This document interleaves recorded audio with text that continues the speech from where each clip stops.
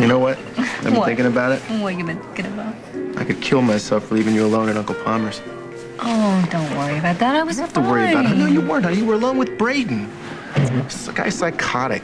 We don't know if he's psychotic. We have no idea of knowing how dangerous he is right now. We had a very interesting conversation. Oh, really? Yes. Well, did he happen to mention why he decided to trash my life and your friendship at the same time? He's under a lot of pressure. I don't know why, but he made it very clear that he was. Oh, no.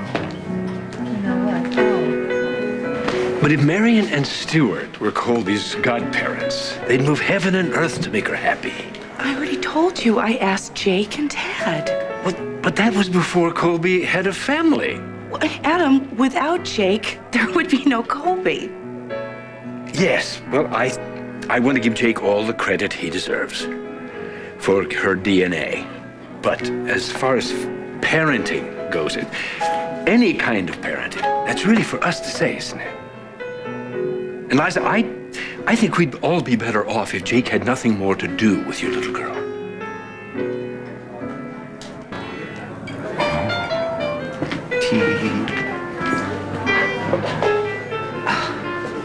The other the day, Tad Martin couldn't afford to eat in McKay's, let alone the Valley Inn. We should just go. Why? Because they're whispering sweet nothings to each other over there? I think we should get this out in the open and settle it right here and now. I'll be glad to set Tad and Jake down and tell them that we have reconsidered the godparent issue. No. Not yet.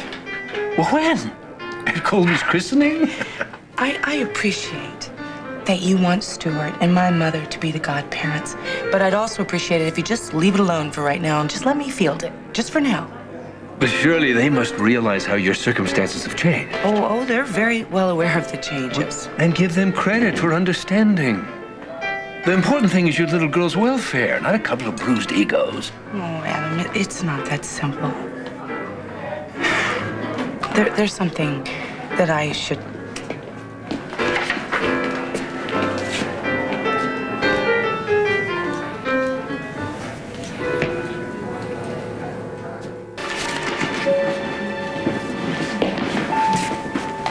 My goodness, how wonderful you're here. We had no idea you were here. Terrific, Dennis? Yes. Do me a favor. Could we get 2 more place settings, please? Yes, Mr. Morris. Well, what do you say to a bottle of Cabernet, huh? Well, I'll pass. I need to have a clear head. Well, then I can highly recommend the cranberry juice. Yeah, either that we could send a bottle of cyanide over to Adam's table. Here, here. Excellent idea.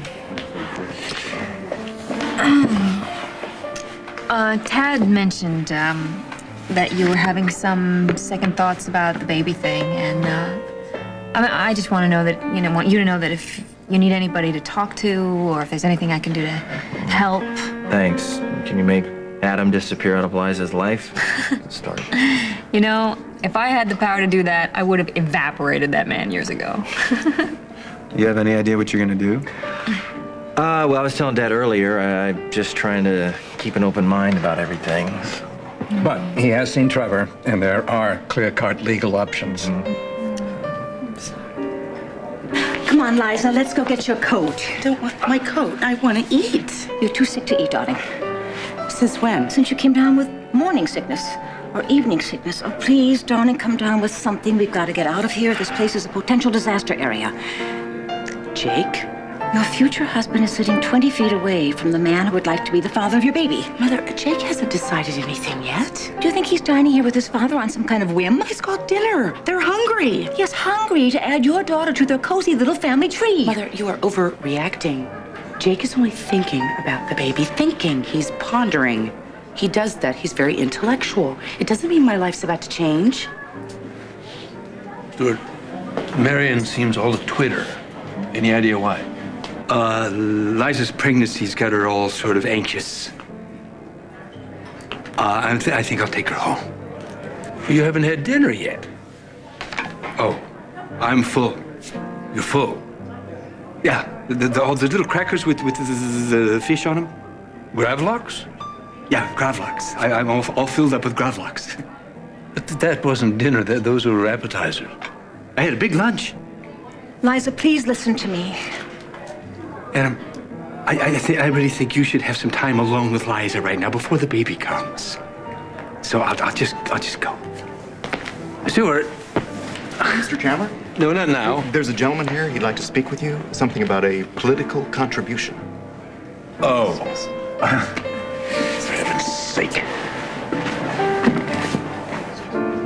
We gotta go home, Marion. But we just got here, Stuart. Jake. Oh, Stuart, not you too. Liza, you need some time alone with Jake. Alone with Jake. Stuart, I'm not sure we're doing the right thing here. All right, say goodnight to Adam for us, will you?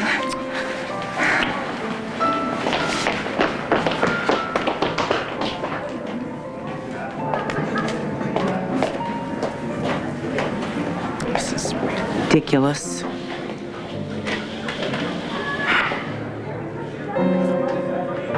Hi. It seems we're all dining at the same place tonight. Liza, how are you? I'm well. Colby and I are fine. Jake, could I talk to you alone just for a minute? This is ridiculous.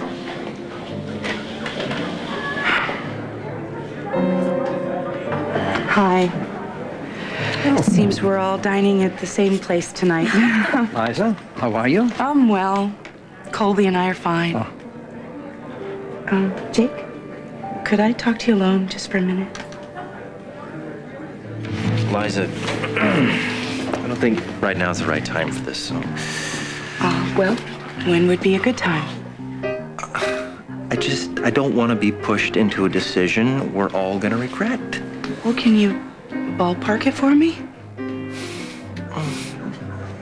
Just can you go back and have dinner, please? Jake, I just want to know what you're thinking. I already told you what I'm thinking. And I'm sorry that's not an answer, but that's the best I can do for you right now. But you gotta understand what's going on here. Adam is sitting over there suggesting that I relieve you and Tad of godparent duties. I mean, think about that. How about you and I visit the bar? This is between me and you. Yeah, I know, but I'm so much better looking. Excuse me. Where are you going? I'm going to go have a little chat with my ex-husband. This is a mess. What a mess.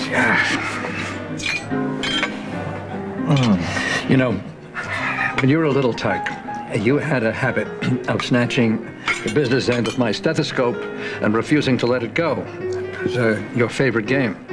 I always could tell when you were going to do it because you get a wild look in your eyes and then you make a sudden grab for it.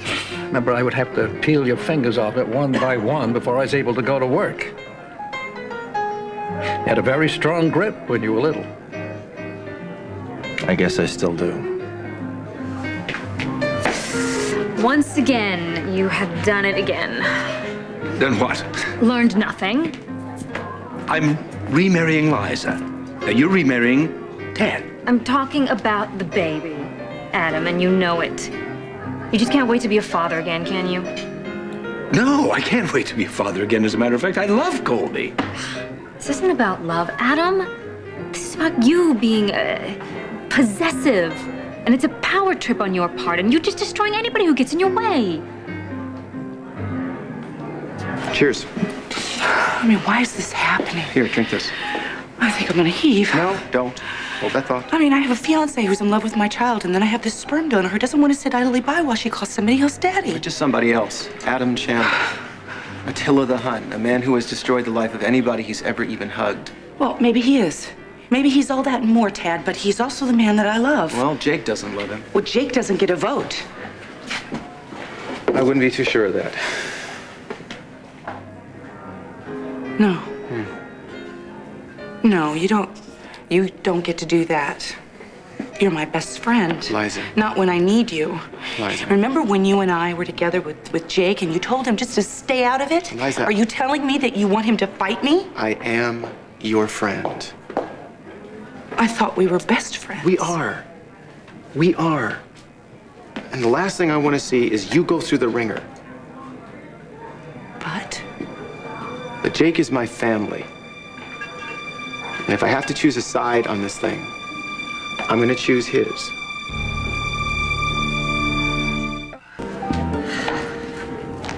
It's like talking to the wrong end of a mule. I think I gotta go find out what's going on with Tad and Liza. Joe. Not now, Adam. I'm busy. Joe, I don't know what the hell is going on here. But I think maybe we should have a chat about what is possible and what is not possible regarding Liza's baby. You think that, do you? Yes, I do think that. I think sometimes a more mature mind can sort of sort things out better.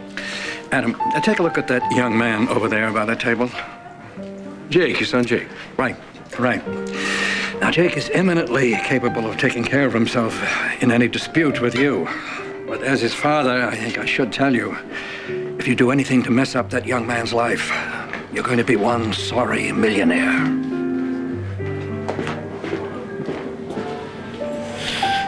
Why does she have to marry Adam?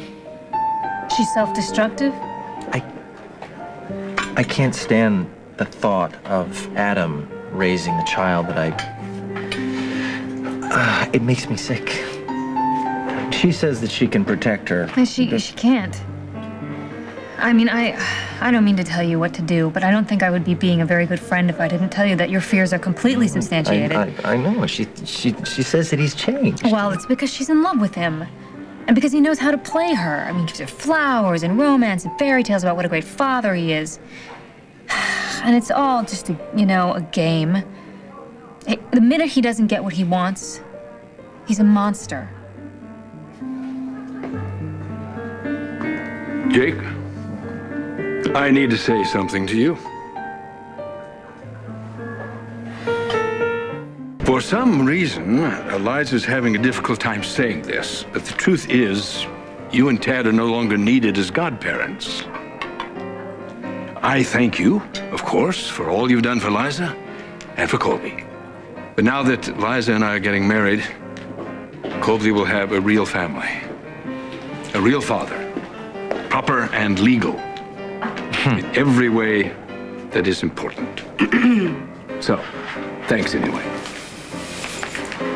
It's a penalty for homicide. He's not worth it. I'm out of here. Jake, wait a minute. Wait there. I'll go after. Okay, we'll both. You are one disgusting piece of work. You are in deep trouble. You want to explain to me exactly what's going on?